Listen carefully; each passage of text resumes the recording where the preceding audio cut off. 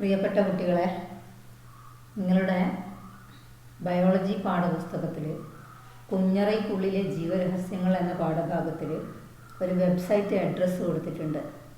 കോശങ്ങളെക്കുറിച്ച് കൂടുതൽ വിവരങ്ങൾ അന്വേഷിച്ച് ഇൻ്റർനെറ്റിൽ നിന്നും കണ്ടുപിടിക്കാൻ വേണ്ടി കൊടുത്തതാണത്.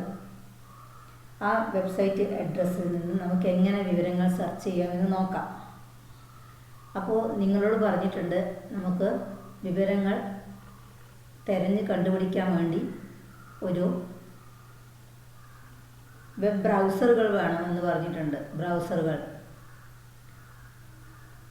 ഫയർഫോക്സ്, മൊസില്ല, അങ്ങനെ ഇൻ്റർനെറ്റ്, ക്രോമിയം, ഇൻ്റർനെറ്റ് എക്സ്പ്ലോറർ, അങ്ങനെ കുറേ വെബ് ബ്രൗസറുകളുണ്ട്. ഇങ്ങനെ ഏതെങ്കിലും വെബ് ബ്രൗസറുകൾ വേണം നമുക്ക് ഇൻ്റർനെറ്റിൽ നിന്ന് വിവരങ്ങൾ തിരഞ്ഞ് കണ്ടുപിടിക്കാൻ. അപ്പോൾ ഇവിടെ ഒരു ഇൻ്റർനെറ്റ് നോക്കാം.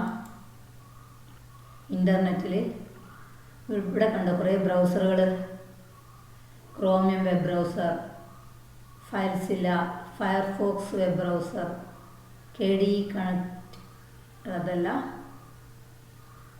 വെബ്, ഇങ്ങനെ കുറേ ബ്രൗസറുകളുണ്ട്. ഇതിൽ ഫയർഫോക്സ് വെബ് ബ്രൗസറാണ് ഞാൻ എടുക്കുന്നത്. ഇനി നിങ്ങളുടെ ടെക്സ്റ്റ് ബുക്കിൽ കൊടുത്ത വെബ്സൈറ്റ് അഡ്രസ്സ് ഇവിടെ സെർച്ച് ബാറിൽ ടൈപ്പ് ചെയ്ത് കൊടുത്താൽ മതി. ഇവിടെ ടെക്സ്റ്റ് പുസ്തകം, IT ടെക്സ്റ്റ് പുസ്തകത്തിൽ പേജ് 50 ആ വെബ്സൈറ്റ് അഡ്രസ്സ് ഉണ്ട്. https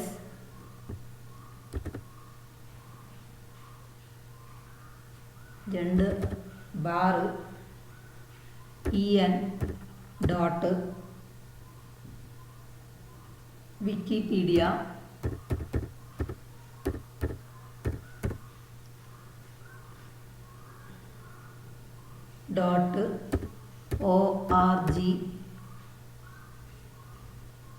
ഒരു ബാറ്, വിക്കി ബാറ്, സെൽ ബാറ്, ബാറല്ല ഒരു ഹൈഫൺ, ബയോളജി. ഇതാണ് നിങ്ങളുടെ ടെക്സ്റ്റ് ബുക്കിൽ കൊടുത്തിരിക്കുന്ന വെബ്സൈറ്റ് അഡ്രസ്സ്. ഇത് സെർച്ച് ചെയ്യണേ.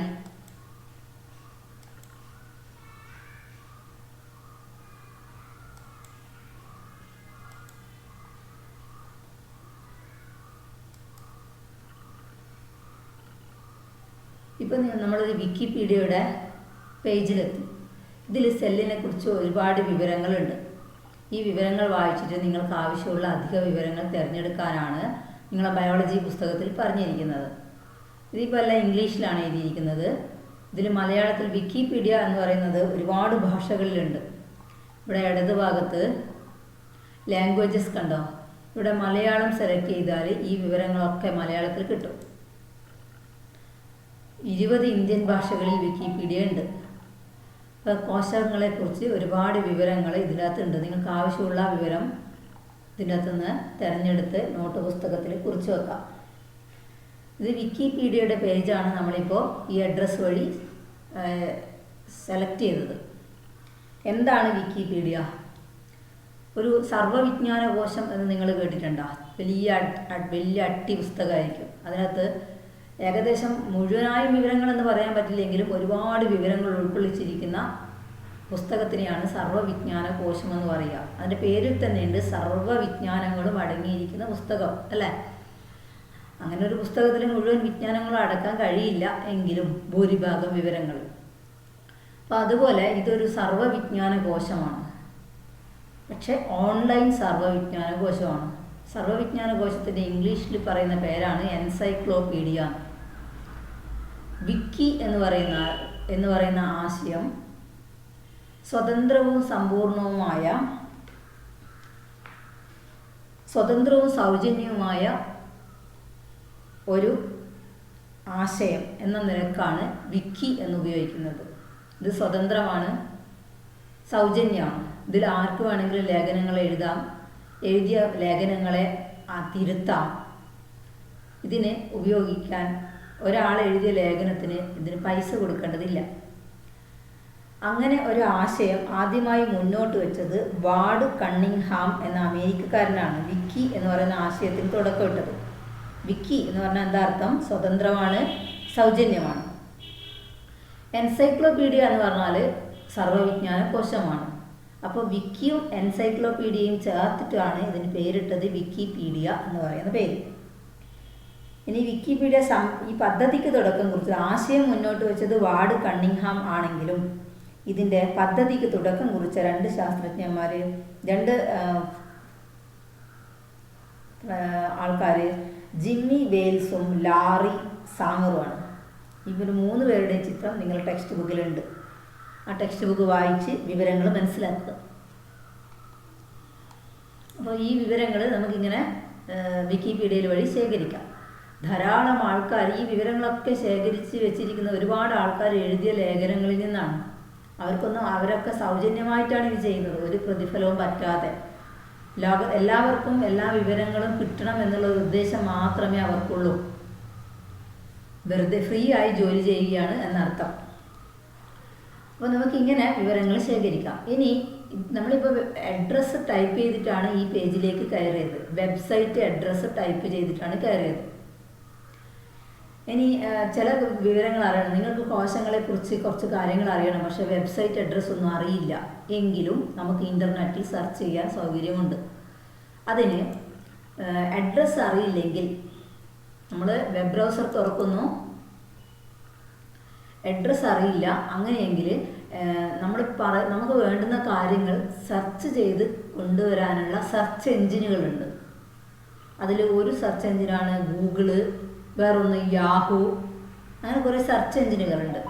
അപ്പോൾ എനിക്ക് കോശങ്ങളെക്കുറിച്ച് അറിയണം, പക്ഷേ അഡ്രസ്സ് അറിയില്ല, വെബ്സൈറ്റ് അഡ്രസ്സ് അറിയില്ല. അങ്ങനെയാണെങ്കിൽ ഞാൻ എന്ത് ചെയ്യുന്നറിയോ?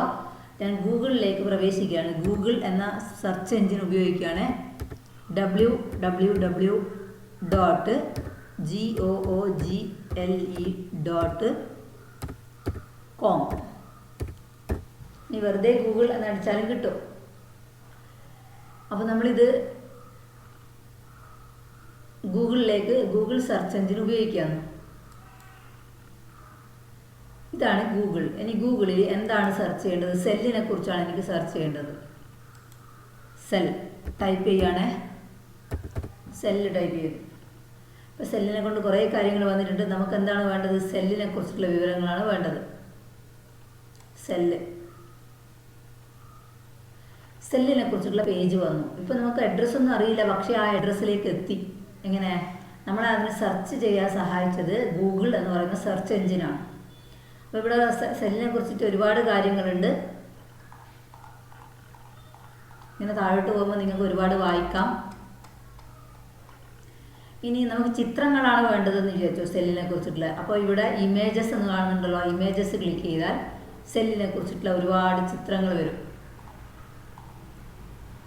ഇത് വന്നത് മാറിപ്പോയി, ഒന്നുകൂടെ ഞാൻ എടുക്കുകയാണേ. ഗൂഗിൾ സെർച്ച് ചെയ്യണം. ഗൂഗിൾ ഇവിടെ ഉണ്ട്. ഗൂഗിളിൻ്റെ പേജ് എടുത്തു. ഗൂഗിളിൽ എന്താണ് സെർച്ച് ചെയ്യേണ്ടത്? Cell, CELL.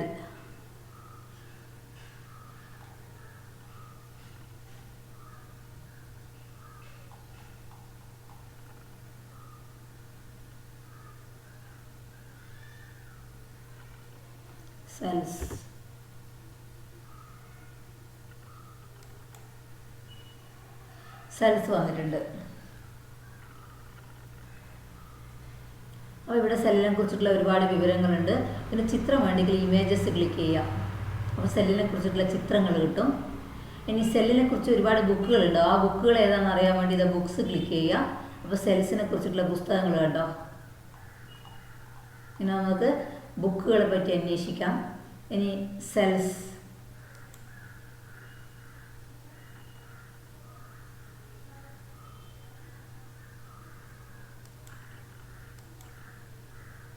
ബുക്സ്, ന്യൂസ് നോക്കാം. സെൽസിനെ കുറിച്ചിട്ടുള്ള ന്യൂസുകളാണിത്. ഇനി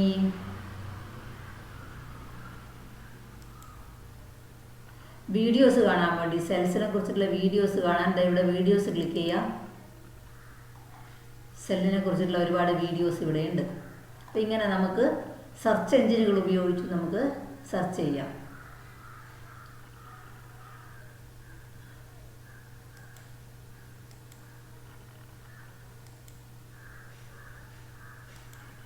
ഇനി എനിക്ക് യേശുദാസിനെ കുറിച്ചിട്ടാണ് സെർച്ച് ചെയ്യേണ്ടതെന്ന് വിചാരിച്ചോളൂ. യേശുദാസ് എന്ന് ഞാൻ ടൈപ്പ് ചെയ്യുകയാണേ. യേശുദാസ് കണ്ടോ, Yesudas son, Yesudas family photos, അങ്ങനെ കുറേ വന്നിട്ടുണ്ട്. അപ്പോൾ നോക്കിയേ, യേശുദാസ് ഫാമിലി ഫോട്ടോസ് എടുക്കട്ടെ. കണ്ടോ, ഒരുപാട് ഫാമിലി ഫോട്ടോസ് വന്നിട്ടുണ്ട്.